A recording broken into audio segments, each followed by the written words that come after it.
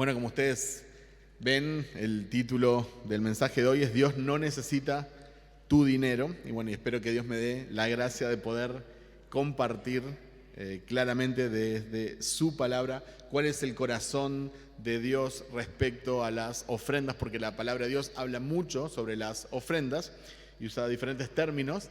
Sabemos que ha sido un tema un poco controversial, que en diferentes iglesias hay diferentes acercamientos al tema.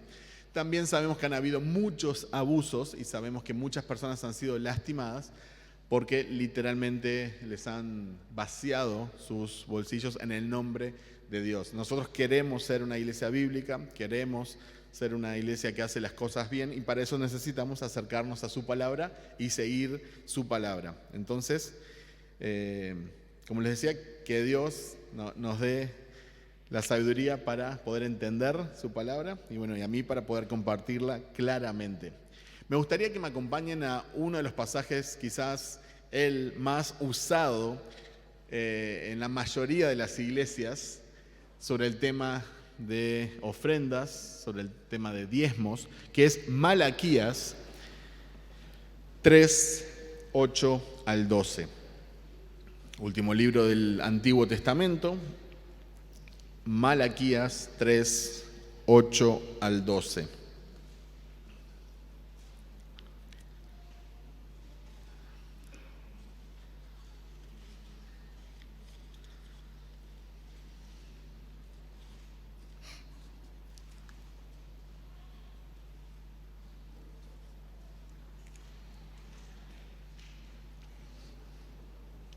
Malaquías 3, 8 al 12, dice así la palabra del Señor.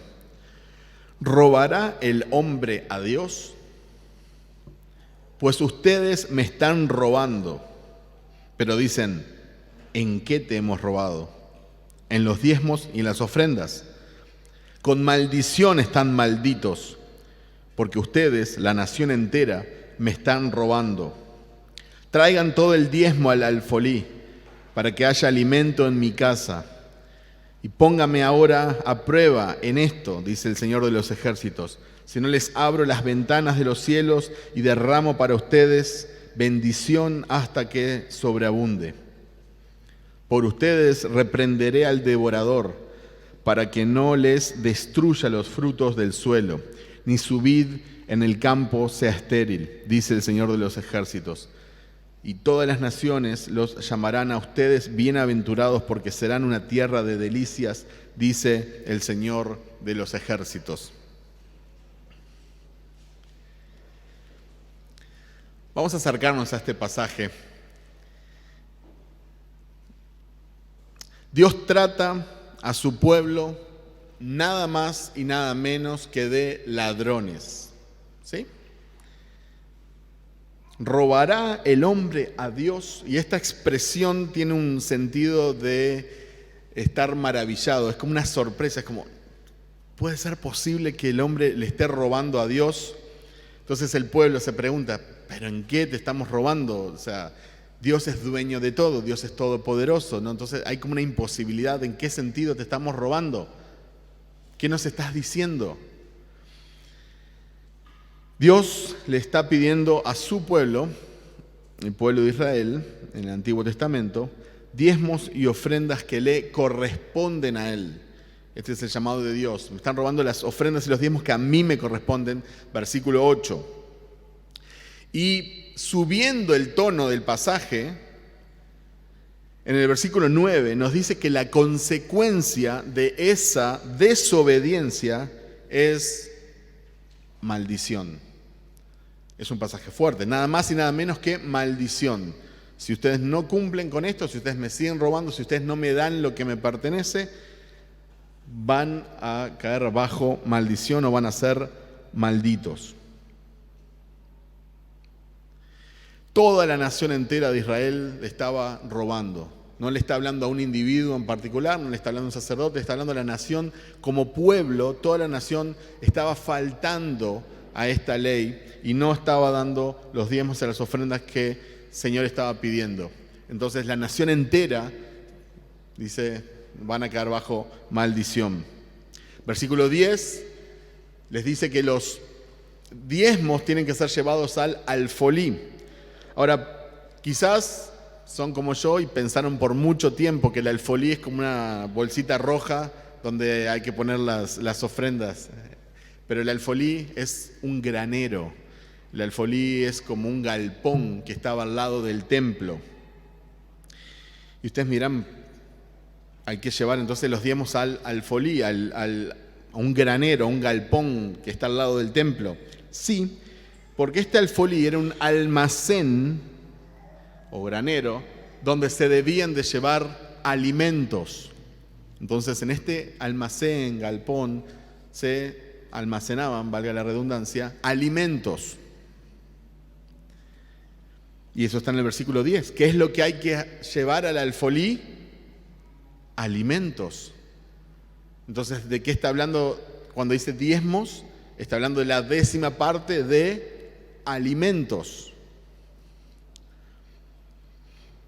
¿Cuál es la recompensa de la obediencia? Bendiciones de lo alto. Dios dice, por un lado, si ustedes desobedecen van a caer bajo maldición, pero si me obedecen, dice, pruébenme. Dice, yo los voy a bendecir. A ver, dice, como pruébenme si no les abro las ventanas de los cielos. ¿Cuántas veces hemos escuchado a pastores, predicadores hacer mención a esto, no? Traigan las ofrendas y Dios va a abrir los cielos. Lo que tiene en mente es como que va a llover dinero.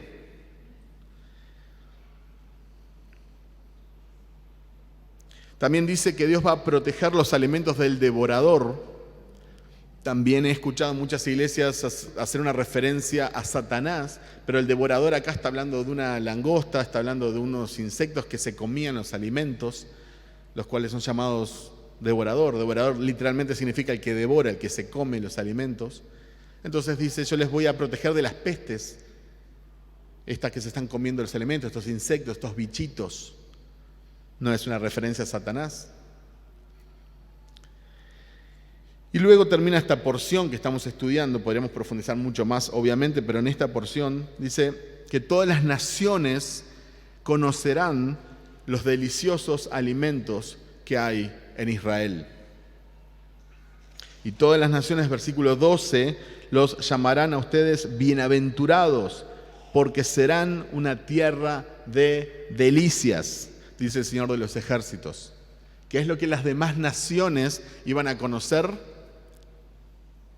Que Israel tenía alimentos deliciosos. Suena poco espiritual eso, ¿verdad? Ahora, muchísimos pastores, y estoy hablando en general, todos nosotros necesitamos aprender, acercarnos más a la palabra de Dios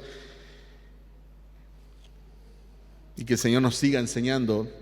Pero hay muchísimos pastores que abren sus Biblias en este pasaje cada domingo y le piden y le exigen, le obligan moralmente a las personas que traigan el 10% de todo lo que ganan. Y lo sabemos, lo vemos en las redes sociales, por ahí quizás hemos sido parte de otra iglesia en el pasado. Sabemos que es una de las críticas que las personas de afuera le hacen a la iglesia, se ha hecho todo un tema, el tema del diezmo. Pero muchísimos pastores abren su Biblia, Malaquías 3, y van a exigirle a la gente que traiga el 10% de todo lo que gana a la iglesia. De lo contrario, Dios los va a maldecir. Imagínense qué fuerte. Llegas a un lugar, querés tener comunión con Dios, querés adorar con los hermanos, querés escuchar su palabra, querés cantar, y te dicen que si no haces cierta cosa, Dios te va a maldecir. Ok. Pero también prometen que si das el diezmo, si das esa 10ª parte de todo lo que ganás, entonces Dios te va a bendecir. Y a veces lo dicen directamente y a veces no, pero lo que está detrás es que tu cuenta bancaria va a explotar, tus deudas van a desaparecer, todo lo que emprendas va a prosperar, vas a ser multimillonario, porque das la 10ª parte de tus ganancias a Dios, entonces Dios abrirá los cielos y va a derramar bendiciones. Domingo a domingo hay pastores que amenazan a las personas con la maldición de Dios.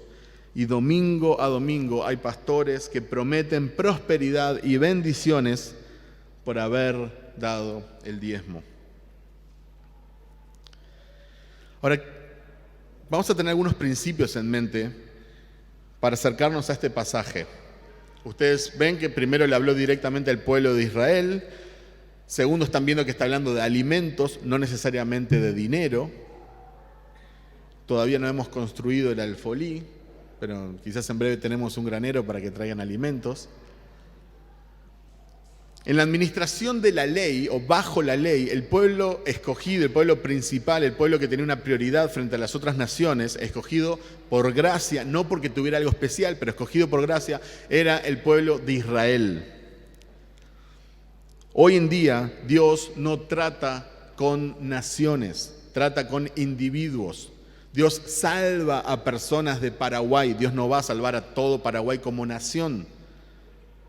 Son individuos que se salvan o individuos que se pierden en una eternidad sin Cristo, pero no son naciones. En el tiempo en el que vivimos, llamado el tiempo de la gracia, Dios trabaja con individuos. ¿Tenés a Cristo o no tenés a Cristo?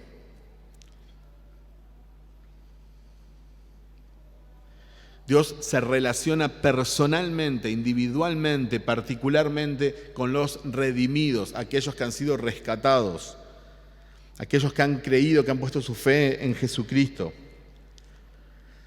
También la Biblia enseña, y lo vamos a ver ahora, que ya no estamos bajo la ley, sino que estamos bajo la gracia. La ley no es mala. La ley no es mala. La ley expone lo malo que somos nosotros. Juan Carlos, recién en la Cena del Señor, estaba compartiendo eso mismo. ¿Qué es lo que hacían los 10 mandamientos? ¿Qué es lo que producía la ley de Dios? Y eran 613 mandamientos, el combo total. Ahora, no somos libres de la ley para que paremos de servir al Señor o para que paremos de obedecer al Señor. Somos libres de la ley para servirle mejor bajo el poder del Espíritu Santo. Romanos 6:14 al 15 dice: porque el pecado no tendrá dominio sobre ustedes, pues no están bajo la ley, sino bajo la gracia. Fíjense cuál es la consecuencia de no estar bajo la ley. No es que podés hacer todo lo que querés, sino que ahora podés querer todo lo que Dios manda. Cosa que antes, bajo la ley, nosotros no teníamos esa capacidad. No deseábamos lo que Dios quería para nosotros. Ahora, bajo el poder del Espíritu Santo, nosotros podemos también anhelar y desear las mismas cosas que Dios anhela. Versículo 15 dice entonces, ¿qué? ¿Pecaremos porque no estamos bajo la ley, sino bajo la gracia? De ningún modo o de ninguna manera. Cuando la gente pregunta, entonces, como estamos bajo la ley, entonces podés hacer todo lo que quieras. Sí, claro que puedes hacer todo lo que quieras. El problema es que no vas a querer las mismas cosas que querías antes. Estamos haciendo una pregunta con la mente carnal y el corazón de piedra que teníamos antes de conocer a Cristo. Ahora nos guía el Espíritu Santo. Hemos recibido la gracia de Dios, Él ha cambiado nuestra mente, nuestro corazón. Anhelamos servirlo. Seguimos luchando contra nuestra antigua naturaleza, seguimos luchando contra el pecado. Pero ahora detectamos que eso no está bien, que a Dios no le agrada y no nos gusta, ya no encontramos satisfacción y queremos cambiar.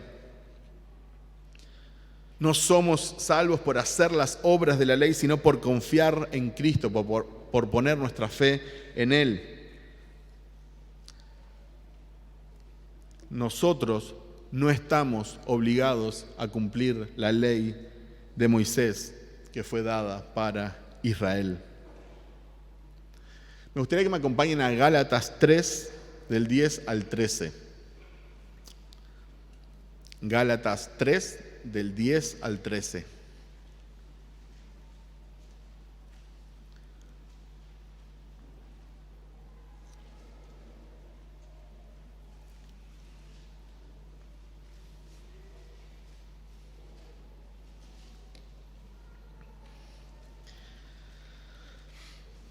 Dice así la palabra del Señor, Gálatas 3, del 10 al 13.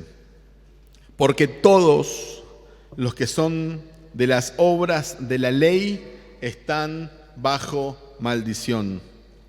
Pues escrito está, maldito todo el que no permanece en todas las cosas escritas en el libro de la ley para hacerlas. Y que nadie es justificado ante Dios por la ley es evidente, porque el justo por la fe vivirá. Sin embargo, la ley no se basa en la fe, al contrario, el que las hace vivirá por ellas. Cristo nos redimió de la maldición de la ley, habiéndose hecho maldición por nosotros. Porque escrito está, maldito todo el que cuelga de un madero. Este es un pasaje espectacular, es un pasaje muy fuerte, muy profundo y muy lindo de estudiar, que apunta directamente al corazón del Evangelio. Todos nosotros naturalmente estábamos bajo la maldición de la ley. Todos nosotros, porque ninguno de nosotros puede cumplir absolutamente todos los mandamientos del Señor. Cumplíamos uno, cumplíamos dos, fallábamos en otro. Todos nosotros hemos transgredido la ley de Dios. Entonces la pregunta es, ¿quién podría escapar de la maldición de la ley? ¿Quién podría escapar de un Dios santo y su santa ley? Solo Cristo vivió una vida perfecta, cumpliendo completamente la ley de Dios. Pero Él se hizo maldición por nosotros. Gálatas 3:13. El santo de Dios, el santo, santo, santo, la santidad encarnada se hizo maldición por nosotros. Él pagó el precio para rescatarnos. Él no merecía morir, pero murió en nuestro lugar. Isaías 53:5 dice, pero Él fue herido por nuestras transgresiones, molido por nuestras iniquidades. El castigo por nuestra paz cayó sobre Él y por sus heridas hemos sido sanados. Dios mismo se hizo hombre para venir a morir por nosotros, para pagar aquello por lo cual nunca podríamos haber pagado. El santo Hijo de Dios se hizo maldición por nosotros, para rescatarnos de una maldición y de una condenación eterna que justamente merecíamos. Pero domingo a domingo hay pastores que dicen que si no das la 10ª parte de tus ganancias, Dios te va a maldecir y Dios te va a castigar. No, pastor, no. Dios ya castigó a su Hijo inocente por mí. Y eso es lo que a veces nosotros no entendemos. Dios ya no tiene ira para un cristiano. No significa que no te va a disciplinar, porque Dios ama a sus hijos y Dios disciplina a los que toma por hijo y a quienes ama. Él no nos trata como hijos de segunda categoría. Él te va a disciplinar y el pecado tiene consecuencias, pero Dios ya no tiene ira para un cristiano. ¿Por qué? Porque derramó toda su ira sobre su Hijo. Y ahora solo queda gracia y solo queda amor para vos. Es fuerte eso. Entonces, ¿con qué cara me puedo parar yo, pues, Pastor Juan Carlos, un líder, y decir, traigan sus diezmos o sus ofrendas o hagan cierta cosa, si no Dios los va a maldecir, Dios los va a castigar? No, querido pastor, no estás entendiendo el Evangelio. No estás entendiendo el Evangelio. La ley fue dada para mostrarnos nuestra incapacidad de acercarnos a Dios por nuestros propios esfuerzos. Una persona que quería acercarse a Dios y dice, bueno, a ver qué tengo que hacer. Estos son los 613 mandamientos. Ok, empiezo, cumplo 1, cumplo 2, cumplo 3, cumplo 4. Obviamente en algún momento se iba a dar cuenta que iba a fallar. Nadie se presentó a Dios, nadie se va a presentar frente a Dios con su propia santidad. Nadie. todos nosotros que un día vamos a estar en la presencia de Dios, en su santo trono, alabando, nos vamos a presentar con la santidad que Cristo nos pasó. Y vamos a ser salvos por obras, sí, pero por las obras de Cristo y por los méritos de Él. Nadie va a traer nada personal. Eso es gracia. Eso es lo que hizo Jesús. Entonces ese era el propósito de la ley. Que te des cuenta que no te vas a acercar a Dios con tus propios esfuerzos. ¿Para qué? Para que nadie se jacte, para que nadie tenga algo de qué gloriarse. En el cielo nadie va a decir, pero yo fui inteligente, yo fui menos malo, o yo hice esto, yo hice el otro. No hay yo, en el cielo nadie va a decir yo. Todo va a ser en tercera persona. Él. Todos vamos a apuntar a Jesucristo, todo, y por eso Él se va a llevar la honra y la gloria. Y eso va a exaltar su gracia. La ley fue dada para guiarnos al Salvador. Y me gustaría que me acompañen a Efesios, ahí muy cerquita de Gálatas, Efesios 1, del 3 al 7.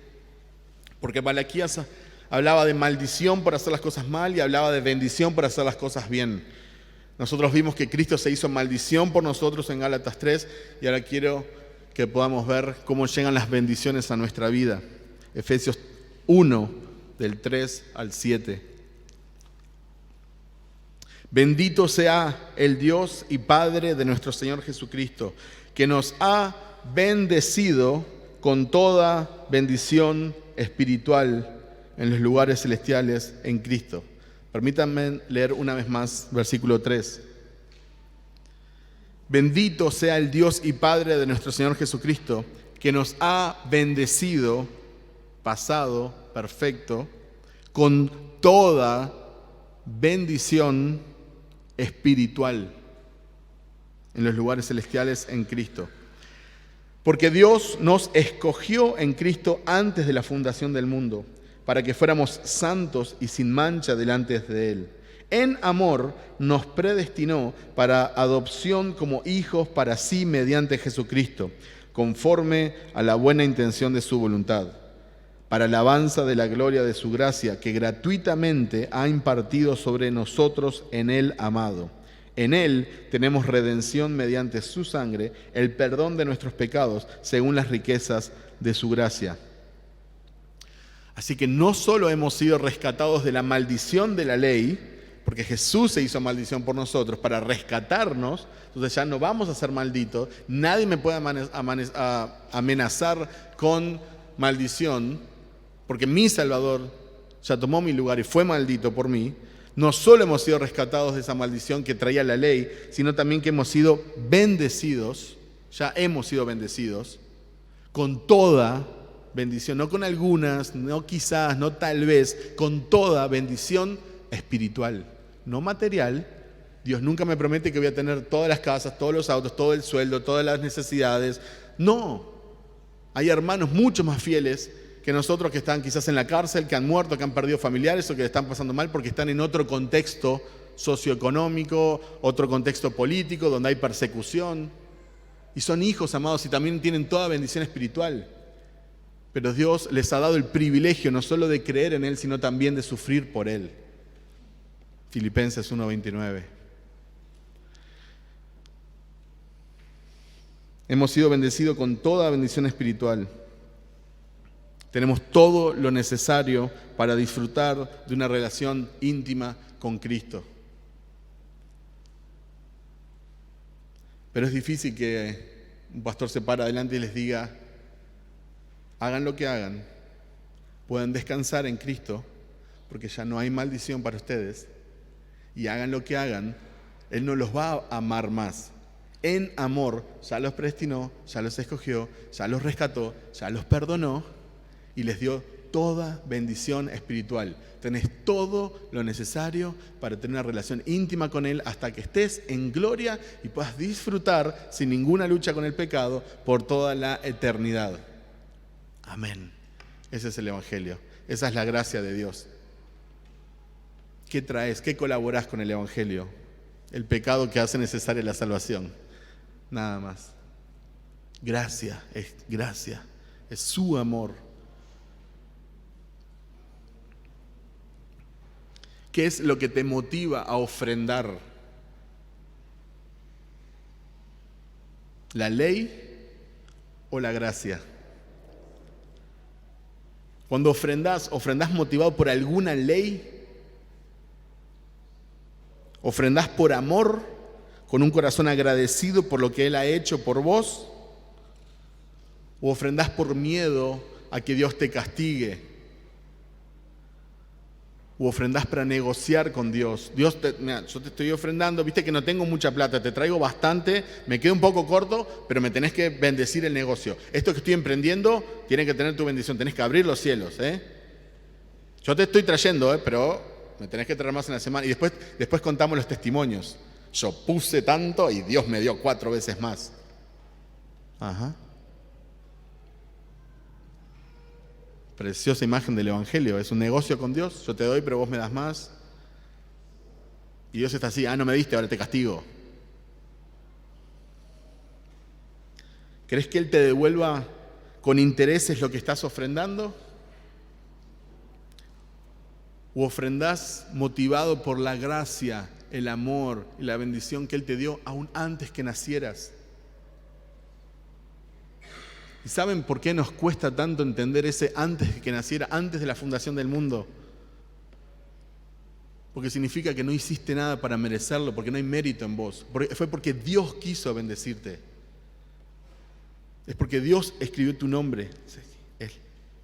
Él va a ser objeto de mi gracia. No, pero yo voy a la iglesia. No, pero yo creí. No, pero yo... No hay yo.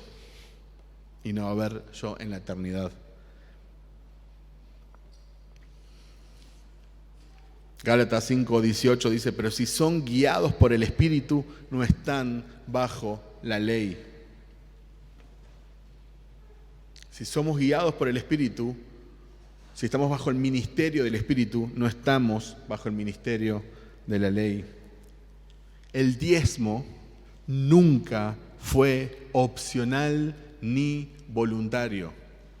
El diezmo no era ni opcional ni voluntario. Dios lo había ordenado, era una ley. Por eso Dios le dice, me están robando. Y van a caer bajo maldición. Porque ¿cuál era la paga del pecado? ¿Cuál es la consecuencia de pecar? La maldición. Ahora, si ustedes me obedecen, entonces van a tener bendición. Pero eso no es lo que tenemos en el Evangelio de Cristo. Si nosotros pudiéramos ser salvos o ganarnos el favor de Dios, o alejar su castigo por cumplir los mandamientos, entonces Cristo murió en vano. Porque había otro camino para llegar, aunque fuera muy difícil, pero no había. Estoy citando Gálatas 2:20, 2:21. Los israelitas podían obedecer o podían desobedecer, pero debían enfrentar las consecuencias, porque era una ley. No era voluntario, no era opcional. Los diezmos eran la 10ª parte de los alimentos que producían. Ni siquiera tenía que ver con dinero. Acompáñenme, vamos a ver un par de pasajes del Antiguo Testamento simplemente para entender. Vamos al Levítico 27, del 30 al 34. Levítico 27, 30 al 34.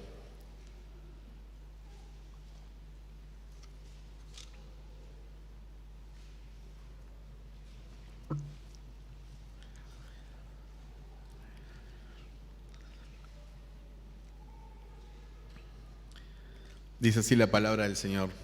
Así pues, todo el diezmo de la tierra, de la semilla de la tierra o del fruto del árbol, es del Señor. Es cosa consagrada al Señor. Y si un hombre quiere redimir parte de su diezmo, le añadirá la 5ª parte. Todo diezmo del ganado o del rebaño, o sea, de todo lo que pasa debajo del cayado, la 10ª cabeza será cosa consagrada al Señor.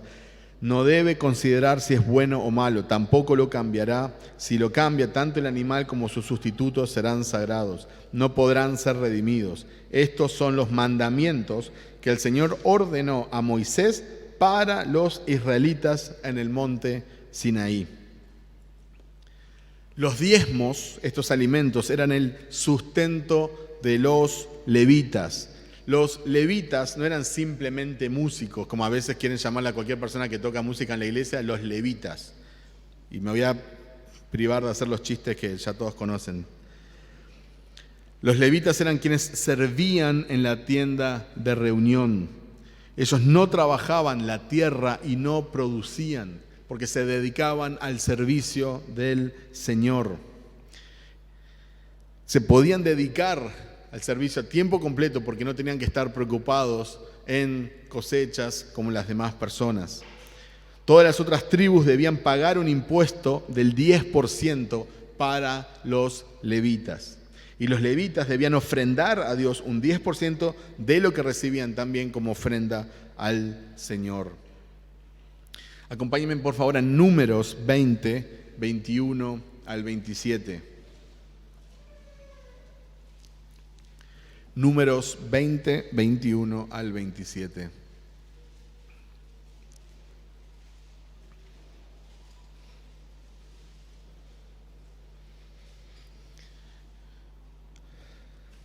Dice así la palabra del Señor. Ten en cuenta que yo he dado a los hijos de Leví todos los diezmos en Israel por heredad, a cambio de su ministerio en el cual sirven, el ministerio de la tienda de reunión. Y los israelitas no se acercarán más a la tienda de reunión, no sea que carguen con un pecado y mueran. Solo los levitas servirán en el ministerio de la tienda de reunión, y ellos cargarán con la iniquidad del pueblo.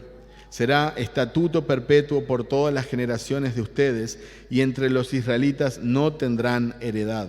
Porque el diezmo de los israelitas, el cual ofrecen como ofrenda al Señor, yo lo he dado a los levitas por heredad. Por tanto, en cuanto a ellos he dicho, entre los israelitas no tendrán heredad. Entonces, Señor, dijo Moisés, también hablarás a los levitas y les dirás, cuando reciban de los israelitas los diezmos que de ellos les he dado a ustedes por su heredad, ofrecerán de ello una ofrenda al Señor, el diezmo de los diezmos. Entonces había más de un diezmo en la tierra de Israel. Existía un diezmo anual, que es un diezmo festivo, en el cual ellos también podían disfrutar, y un diezmo cada 3 años para compartir con los levitas, extranjeros, viudas, huérfanos y personas en necesidad. Eso está en Deuteronomio 14, 22 al 29. Algunos piensan que los israelitas daban 12, otros piensan que daban 14 diezmos durante 7 años. Y probablemente ellos daban en realidad un 20% de lo que ganaban en el año. Hay otras menciones del diezmo, pero esta es la instrucción general. Abraham dio una 10ª parte de su botín de guerra a Melquisedec, eso está en Génesis. Dios salió al encuentro de Jacob en Betel y le prometió bendiciones de pacto. Jacob prometió a Dios una 10ª parte de todo lo que le fue concedido. Pero tenemos que recordar que Israel era una teocracia, era una nación, ¿sí?, cuyo gobernante, antes de que fueran instaurados los reyes, era Dios mismo. Y el diezmo funcionaba como funcionan los impuestos modernos. Israel era una teocracia y los diezmos funcionaban como funcionan los impuestos modernos. No eran opcionales, no eran voluntarios, era lo que Dios había instaurado para que funcione la nación.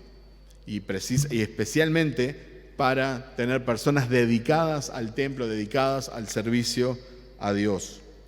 En el Nuevo Testamento no encontramos ni un solo versículo, o sea, ni un solo mandamiento para que la iglesia diezme. En todo el Nuevo Testamento no hay un solo mandamiento para que la iglesia, el cuerpo de Cristo, diezme. Hay un pasaje que menciona el diezmo en el Nuevo Testamento, que es Lucas 11:42. ¿Me pueden acompañar? Lucas 11:42.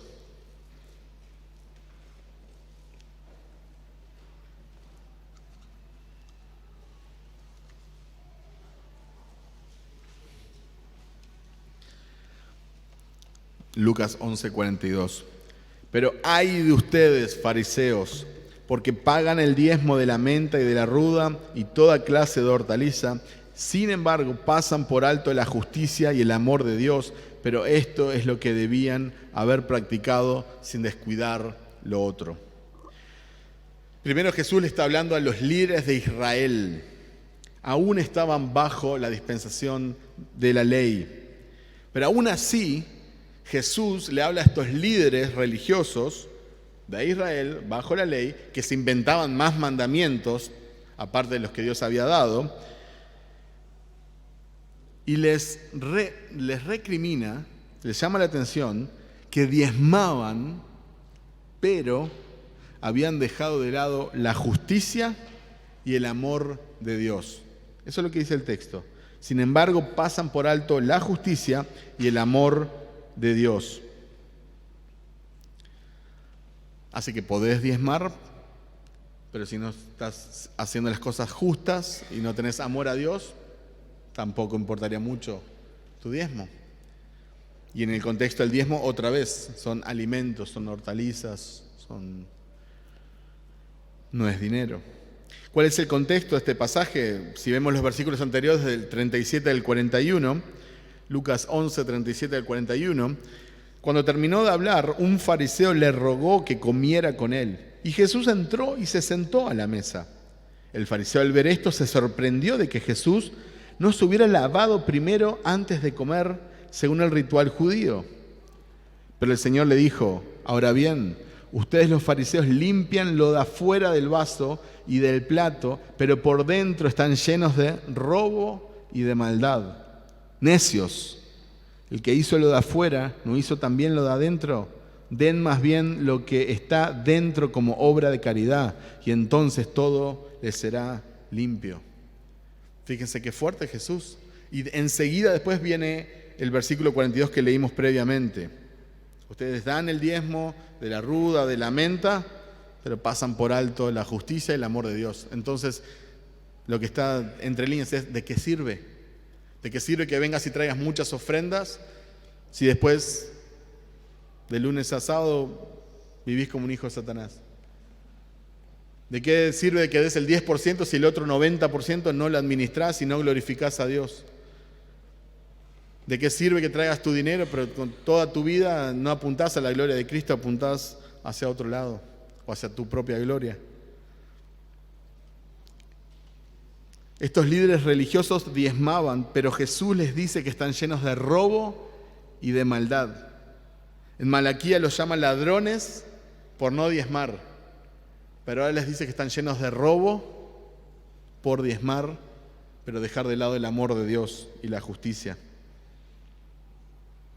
Dios no necesita tu dinero. Dios no necesita nuestro dinero. Cuando nos acercamos al Nuevo Testamento, encontramos enseñanzas, un par de enseñanzas sobre las ofrendas. 1 Corintios 16, del 1 al 4, ¿me pueden acompañar?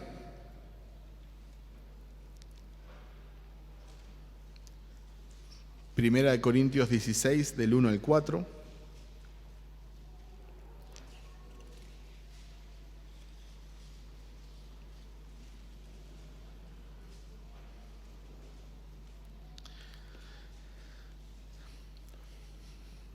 Dice: ahora bien, en cuanto a la ofrenda para los santos, hagan ustedes también como instruí a las iglesias de Galacia, que el primer día de la semana cada uno de ustedes aparte y guarde según haya prosperado, para que cuando yo vaya no se recojan entonces ofrendas. Cuando yo llegue, enviaré con cartas a quienes ustedes hayan designado para que lleven su contribución a Jerusalén, y si es conveniente que yo también vaya, ellos irán conmigo. Entonces, acá Pablo está hablando de ofrendas, en este caso para hermanos que estaban en necesidad, de hermanos de otra iglesia. ¿Y cuáles son los principios que vemos? Hay que dar periódicamente, cada domingo, el primer día de semana, porque es el día cuando nos reunimos. Obviamente las personas en ese momento por ahí trabajaban más diariamente o semanalmente. Nosotros normalmente en nuestra época o cobramos cada 15 días o cobramos por mes. Entonces hay que dar periódicamente, preparada. La ofrenda tiene que ser pensada, tiene que estar planeada de antemano. Fíjense que el pasaje dice: cada uno de ustedes aparte y guarde según haya prosperado. No se trata de meter la mano en el bolsillo y sacar lo primero que encontremos. No porque sean 2 monedas o porque sea un billete grande. El punto es preparar de corazón, como una ofrenda, como parte de nuestra adoración, lo que nosotros queremos contribuir con la obra de Dios. Periódicamente, preparada, proporcionalmente, en proporción a nuestras ganancias, según Dios te ha prosperado. No es lo mismo cuando empezás, si sos joven y tenés un trabajo mientras estudias, que después, si Dios mediante, Dios te ha permitido progresar, prosperar, tenés un trabajo mucho mejor. Bueno, entonces obviamente esa ofrenda debería de cambiar, debe ser según como Dios te ha prosperado. Y la ofrenda también, un principio que se ve entre líneas, es que la ofrenda es privada. Es la ofrenda de la iglesia, no ofrendas de individuos.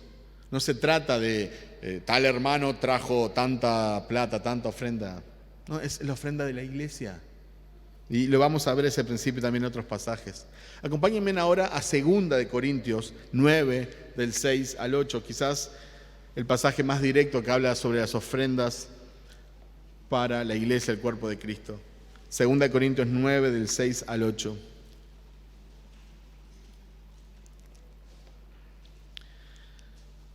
Pero esto digo, el que siembra escasamente, escasamente también segará. Y el que siembra abundantemente, abundantemente también segará.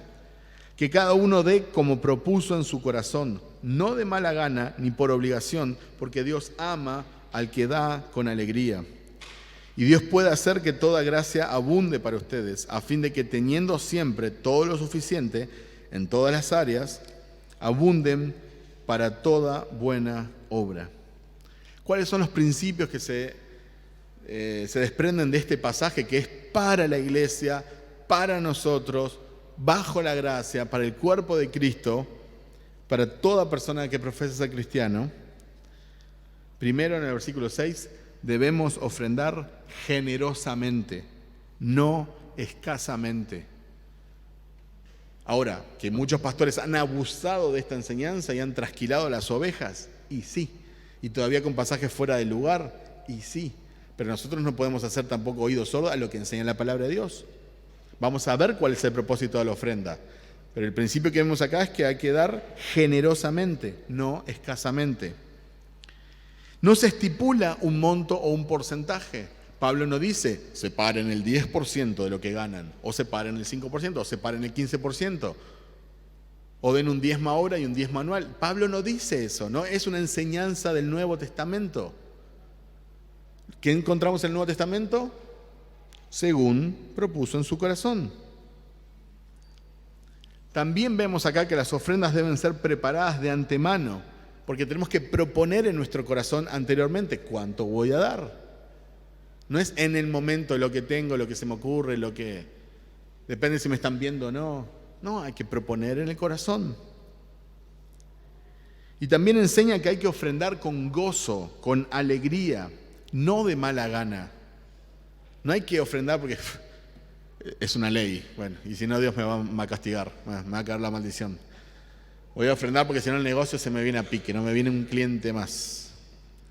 No es esa la motivación. Yo tengo que ofrendar entendiendo para qué ofrendo y a dónde va la ofrenda, y con confianza de las personas que la van a administrar, con gozo y con alegría, no de mala gana. Las ofrendas deben ser voluntarias, dice, no por obligación. ¿Cuál es el principio detrás? Tienen que ser voluntarias. Nadie te puede venir a decir a vos, tenés que ofrendar tanto. ¿Cuánto ganás? Bueno, tenés que dar tanto. Tenés que dar tantas veces. No. Tienen que ser voluntarias. Se debe ofrendar con alegría porque eso le encanta a Dios. Dice el texto, Dios ama al dador alegre. Dios se regocija en cuando sus hijos dan con alegría. Dios no está esperando que des con aflicción. Sacrificate. A ver, ¿cuánto? A ver. No ese es el sentimiento del Evangelio.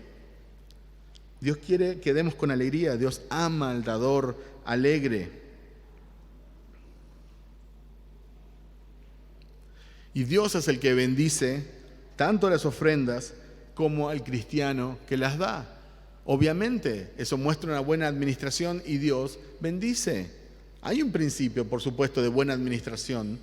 Y cuando uno da generosamente, y por supuesto también que Dios retribuye esa generosidad. Si vivís una vida de tacaño, y con las cosas del Señor también, y bueno, obviamente que uno también recoge esos frutos. Pero no solo en el dinero. Si vos no le compartís de Cristo a nadie, ¿y vos creés que no tiene consecuencias? Si vos no te congregás, ¿creés que no tiene consecuencias? Si sos egoísta con todo, ¿crees que no tiene consecuencias? Entonces, ofrendar generosamente, y bueno, obviamente que produce también recoger generosidad. Y si cosechás escasamente, y bueno, eso también es lo que vas a recibir.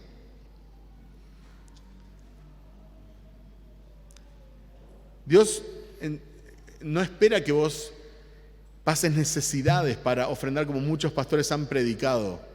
Y gente que no tiene nada, que son los que a veces más dan, se van caminando porque no tienen ni para el transporte, porque dejaron todo acá. O tienen no sé, están pasando hambre, tienen un hijo enfermo, pero tienen que dejar todo en la iglesia.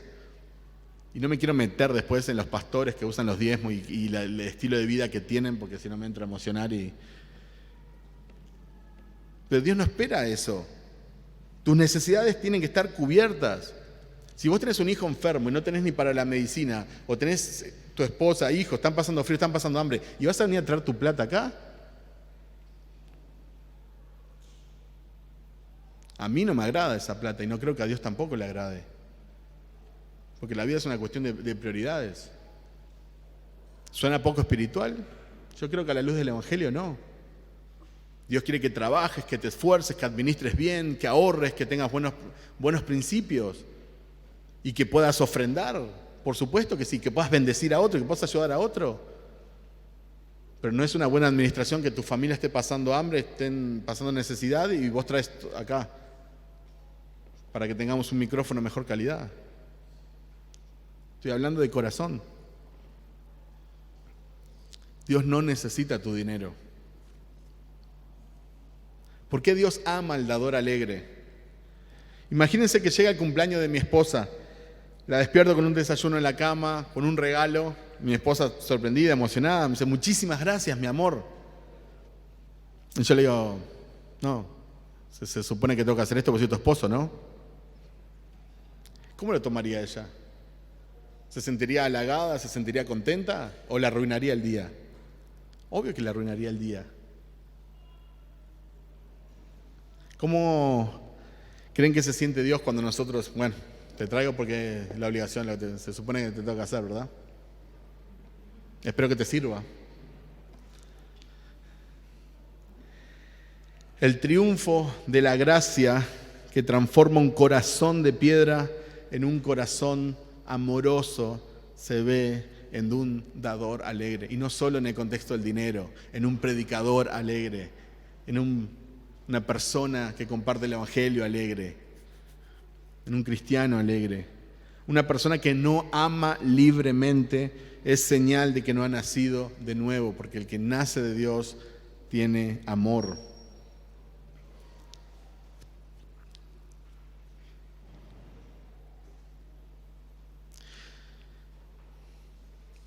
El gran teólogo Agustín, en su libro, Agustín de Hipona, en su libro Confesiones, él tiene una frase que habla sobre la ley, que me gustó mucho.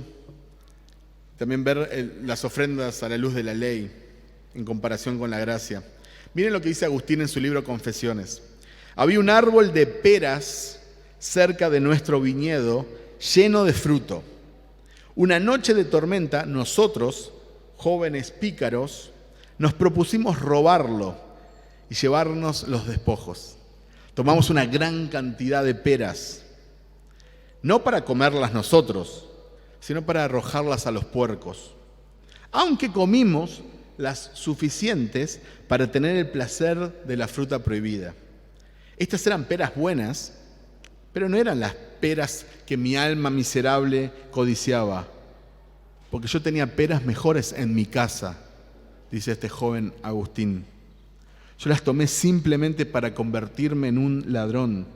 El único banquete que tuve fue el banquete de iniquidad, el cual disfruté hasta lo máximo.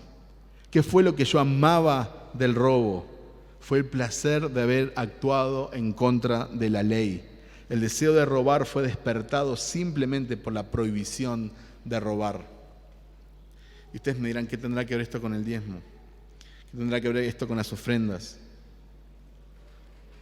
La ley establece límites, pero nosotros inmediatamente nos genera la tentación de cruzar esos límites, como el ejemplo clásico que un banco podés pasar por al lado todos los días y ni lo mirás, pero el día que tiene un cartel que dice no tocar, a vos te dan ganas de tocar el banco.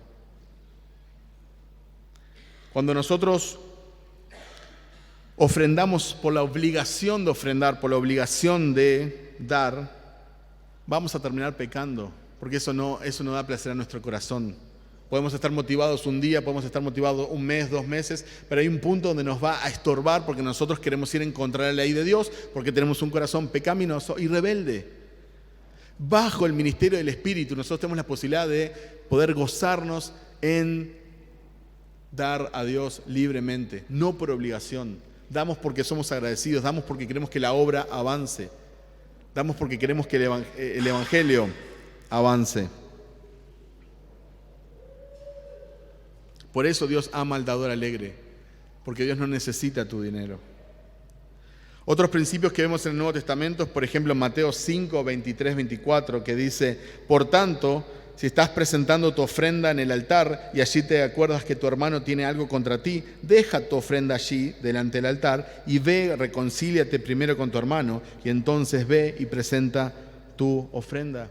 Acá vemos que a Dios le preocupa, o le interesa, mejor dicho, le interesa más tu corazón que tu dinero. A Dios le interesa más la comunión que tenés con tus hermanos que tu dinero. Aún así, la instrucción bíblica es: dejar la ofrenda ahí, anda a reconciliarte con tu hermano y después vení y ofrenda. ¿Qué hacemos nosotros? Ni nos reconciliamos con el hermano, ni ofrendamos, ¿no? Mateo 6, del 1 al 4, ¿me pueden acompañar? Mateo 6, del 1 al 4. Acá vamos a ver otro principio. Dice: cuídense de no practicar su justicia delante de los hombres para ser vistos por ellos. De otra manera, no tendrán recompensa de su Padre que está en los cielos. Por eso, cuando des limosna, no toques trompeta delante de ti, como hacen los hipócritas en las sinagogas y en las calles para ser alabados por los hombres. En verdad les digo que ya han recibido su recompensa. Pero tú, cuando des limosna, que no sepa tu mano izquierda lo que hace tu derecha, para que tu limosna sea en secreto, y tu Padre que ve en lo secreto te recompensará. Las ofrendas, las limosnas deben ser anónimas. No tenemos que gloriarnos en lo que damos para el Señor ni para los necesitados. Nadie tiene por qué enterarse. Tampoco los pastores o los líderes de la iglesia tienen por qué enterarse. No tenemos por qué saber cuánto gana una persona y cuánto ofrenda esa persona. No es de nuestro interés. Ahora, en la consejería pastoral, cuando estamos viendo la vida y estamos dando consejos y estamos tratando de ayudar y ver principios, bueno, por supuesto que puede surgir el tema, porque es parte de la vida integral. Pero no está bien esas iglesias que te preguntan, a ver, ¿cuánto ganás? Y bueno, tenés que ofrendar el 10% y si no ganás, vamos a poner tu nombre ahí, una especie de lista negra. O las personas que están siempre contando y diciendo cuánto están ofrendando. Las iglesias no deben exponer a las personas, porque como nosotros ponemos el cartel en el momento de la ofrenda y amamos eso, las ofrendas deben ser voluntarias, anónimas y de corazón, porque esos son los principios que encontramos en el Nuevo Testamento para la iglesia.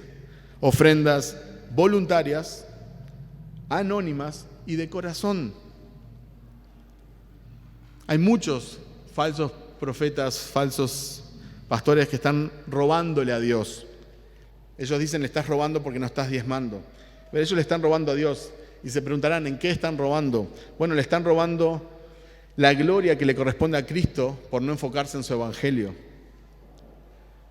Hay muchos falsos también pastores que le están robando al pueblo de Dios. ¿En qué le están robando? Que le están sacando el privilegio de dar voluntariamente con alegría, de corazón. Hay muchos pastores que tienen que dejar de pedir dinero y ponerse a estudiar las Escrituras. Quizás estás pensando, el diezmo no es para nosotros. Ok, entendí. Dios no necesita mi dinero. Ok, lo entendí. Entonces, ¿cuánto debo ofrendar? Lucas 21, del 1 al 4, tenemos el caso de la viuda pobre. Levantando Jesús la vista, vio a los ricos que echaban sus ofrendas en el arca del tesoro, vio también a una viuda pobre que echaba allí sus 2 pequeñas monedas de cobre, y dijo: en verdad les digo que esta viuda tan pobre echó más que todos ellos, porque todos ellos echaron en las ofrendas de lo que les sobra, pero ella de su pobreza echó todo lo que tenía para vivir. Entonces no se trata tanto de cuánto. Si nuestra pregunta es, ¿qué es lo mínimo que puedo dar y aún así agradar a Dios? Entonces nuestro corazón no está en el lugar correcto. Seguimos pensando como con el mundo, a ver cuánto puedo invertir menos, con menos riesgo y ganar más. Pero nosotros no deberíamos pensar así con las cosas de Dios. No puedo pensar cuánto es lo mínimo que puedo dar y bueno, como que calmo mi corazón, me quedo tranquilo. Nosotros deberíamos de tener la actitud que tenían los cristianos primitivos, que decían esencialmente algo así: no estamos bajo la ley del diezmo, entonces podemos dar mucho más. Eso es lo que decían los cristianos primitivos. Obviamente nosotros tenemos esa mentalidad de consumismo, materialismo, que es bueno, cuanto menos tiempo pase en oración, más voy a poder trabajar en hacer otras cosas. Cuanto menos dinero dé, más voy a poder invertir en otras cosas. Cuanto menos... Esa mentalidad no es la del Señor. El Señor no quiere el 10% de tu vida. El Señor es dueño del 100% de tu vida y del 100% de tus finanzas. Dios no necesita tu dinero, pero necesitamos pastores a tiempo completo. 1 Timoteo 5, 17 y 18 dice: los ancianos que gobiernan bien sean considerados dignos de doble honor, principalmente los que trabajan en la predicación y en la enseñanza, porque la Escritura dice: no pondrás bozal al buey cuando trilla, y el obrero es digno de su salario. Dios no necesita tu dinero, pero necesitamos pagar la electricidad. Necesitamos mantener el lugar de reunión, lo necesitamos mantener limpio. Necesitamos sillas. Necesitamos arreglar las cosas que se rompen. La iglesia necesita tecnología para llegar a más personas, material evangelístico. Necesitamos ayudar a los hermanos en necesidad. Necesitamos apoyar a los hermanos que quieren estudiar teología. Necesitamos enviar misioneros. Necesitamos ayudar a la gente necesitada de la comunidad. Necesitamos comprar material para las clases de niños. Necesitamos comprar café, agua, cosas para la cocina. Necesitamos comprar papel higiénico y jabón para el baño. Hermanos, las ofrendas no son románticas. Nosotros pensamos, ¿no?, como que ponemos en el altar y baja una luz, ¿no?, y Dios se alegra y ahí nos manda la bendición. Las ofrendas son para comprar papel higiénico.